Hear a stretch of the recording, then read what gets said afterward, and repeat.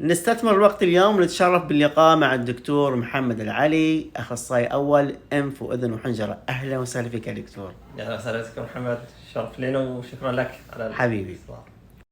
الكلام عن الأنف، اعوجاج الأنف، ميلان الأنف. الأنف ممكن الكلام فيه من ناحية تجميلية أو من ناحية غير تجميلية. بناخذ الجزء غير التجميلي. في أشخاص ممكن الأنف عندهم يكون مايل، هذا ميلان من الخارج ممكن يشوفه، لكن ممكن أيضا يكون عندهم ميلان من الداخل.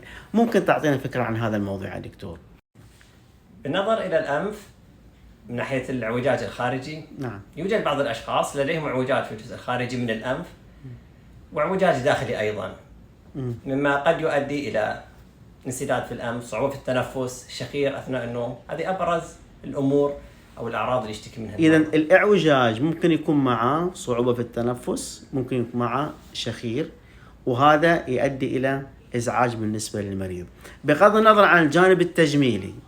بالضبط، يعني في بعض المرضى عنده اعوجاج لكن مو مؤثر على التنفس، وفي بعض المرضى خارجيا أمور الأنف عنده سليمة لكن داخليا يوجد اعوجاج، يوجد تضخمات في القرنيات مما يؤدي إلى انسداد، صعوبة التنفس ومشاكل أخرى.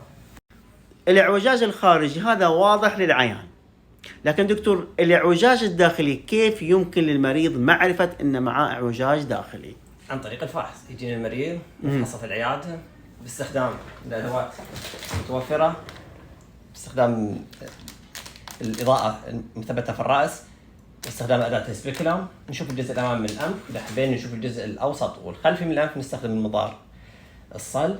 هذا يبين لنا تضيق مجرى الهواء الداخلي في الأنف، تضخم في القرنيات، بإمكان نحن نشوف. إذا باستخدام المنظار ممكن رؤية أن في إعوجاج، لأن في حاجب هنا موجود من الداخل، يكون في إعوجاج ويكون تضيق في منطقة معينة في تجويف الأنف. بالضبط، في مجاري الهواء. نعم.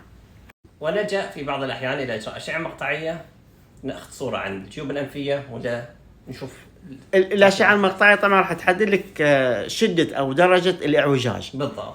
طيب الآن الأشخاص اللي معهم إعوجاج كيف يمكن علاج هذا الإعوجاج؟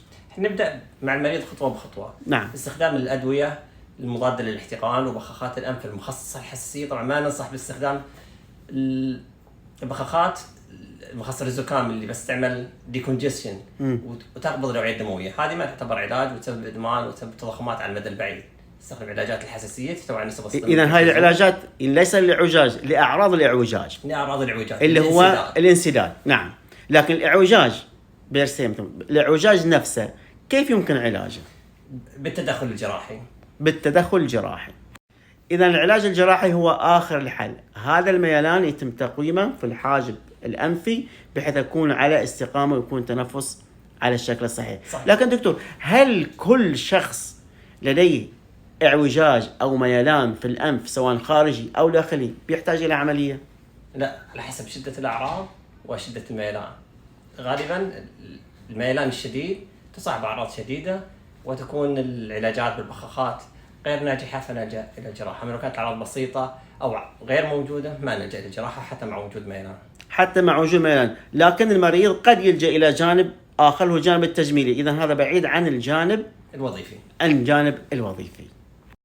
لو المريض طبعا بحث عن الجانب التجميلي لا يبخس حقه، لأن بعض الأشخاص قد يتعرض إلى التنمر أو فقد الثقة، ومن حق الشخص أنه يعيش في أجمل وأحسن حال يرى فيه نفسه.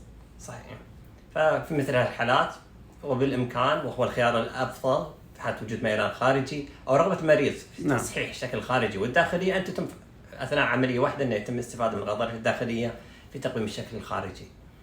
إذا نستطيع أن نقول رسالة أن الانحراف أو الميلان في الحاجب الأنفي قد يكون له جانب وظيفي أو جانب تجميلي، والعلاج في كلا الأمرين قد يكون في النهاية هو عملية. التدخل الجراحي. صحيح. الله يعطيك الصحة والعافية. مشكور يا دكتور. وتشرفنا فيك. الله يعطيك الصحة والعافية. مشكور حبيبي، مشكور.